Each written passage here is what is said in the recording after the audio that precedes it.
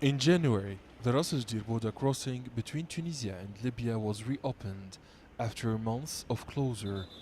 In addition, the state of emergency was extended.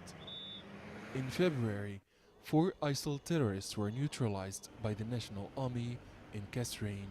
On February 20, the Tunis declaration was announced following a meeting of the country's foreign minister with his Algerian and Egyptian counterparts to support the UN's peace initiative in Libya. In March, the German Chancellor granted 250 million euros to regional development in Tunisia. An agreement was also signed between Tunis and Berlin to extradite 1,500 illegal migrants. In April, a general strike in the southern region of Tatooine, then a sit-in in Al Kamur Desert, stopped oil production. The Prime Minister visited the region and called for dialogue with sit-inners. 4 weeks later, President Beji Qaid al-Sibsi declared the oil production fields of Al Kamur a closed military zone. In May, Premier Youssef al-Shahad started his war on corruption. Prominent businessmen were arrested in the anti-graft purge. Spring was a difficult season. Tunisia benefited from the support of Germany, but millions of dinar were lost when the production of oil stopped. The authorities were right to seize control of oil production fields. 1 month later, an ISIL terror cell in Sidi Bouzid kidnapped and killed the shepherd Khalifa Sultani.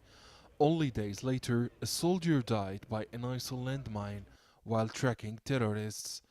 The first month of the summer brought some good news. The International Monetary Fund provided the payment of the second tranche of the loan granted to Tunisia, amounting to $314.4 million.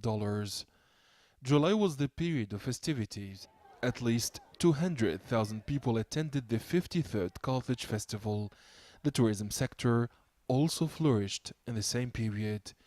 In his speech on National Women's Day on August 13, the Tunisian president called for gender equality in inheritance law. The president's announcement in favor of women's rights marked this year.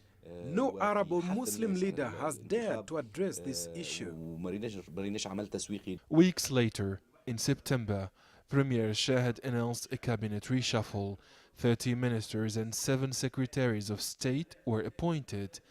In sports, Tunisia won the FIBA Afrobasket title. October was a month of mourning.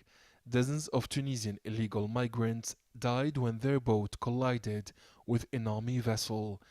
In November, Tunisia football team qualified to the 2018 World Cup in Russia. The last month of 2017 was very hectic. The municipal elections were postponed for the third consecutive time. Then a crisis blew up suddenly with the UAE when a number of Tunisian women were barred from boarding their flight for Dubai at Tunis airport.